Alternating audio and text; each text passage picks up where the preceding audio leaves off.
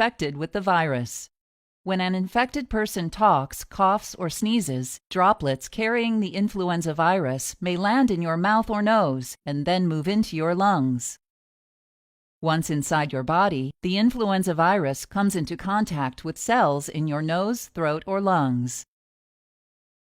The H spike on the virus inserts into a receptor molecule on your healthy cell membrane, like a key in a lock. This action allows the virus to get inside your cell. Next, the virus travels inside a sac made from your cell membrane to your cell's nucleus.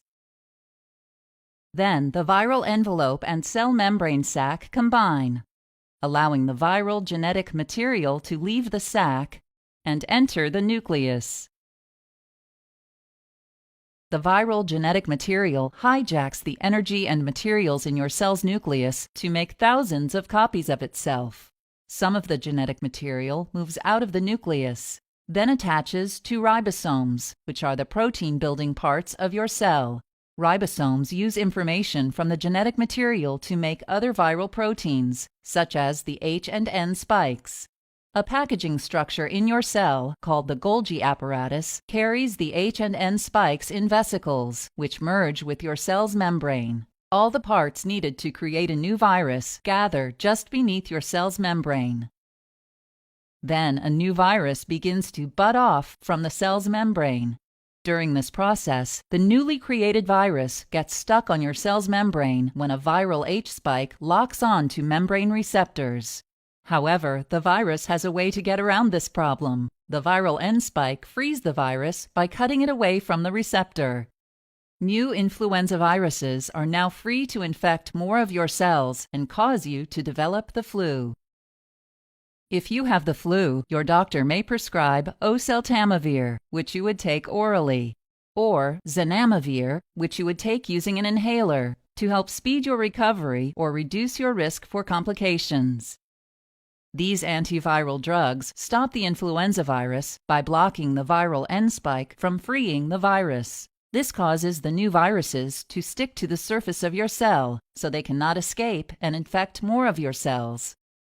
The best way to protect yourself from the flu is to get the flu vaccine every year.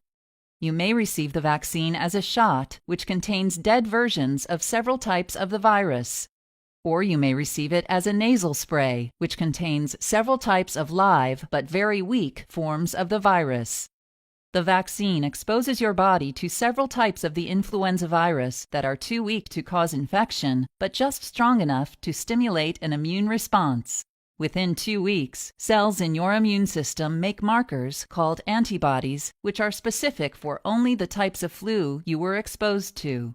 The antibodies attach to each flu virus and prevent it from attaching to your cells. Antibodies are also able to attach to more than one flu virus, which causes viruses to clump together.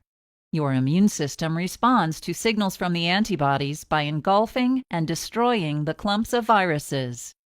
Later, if you are exposed to these types of flu again, your body recognizes and destroys them, so you will not develop the flu from these same viruses.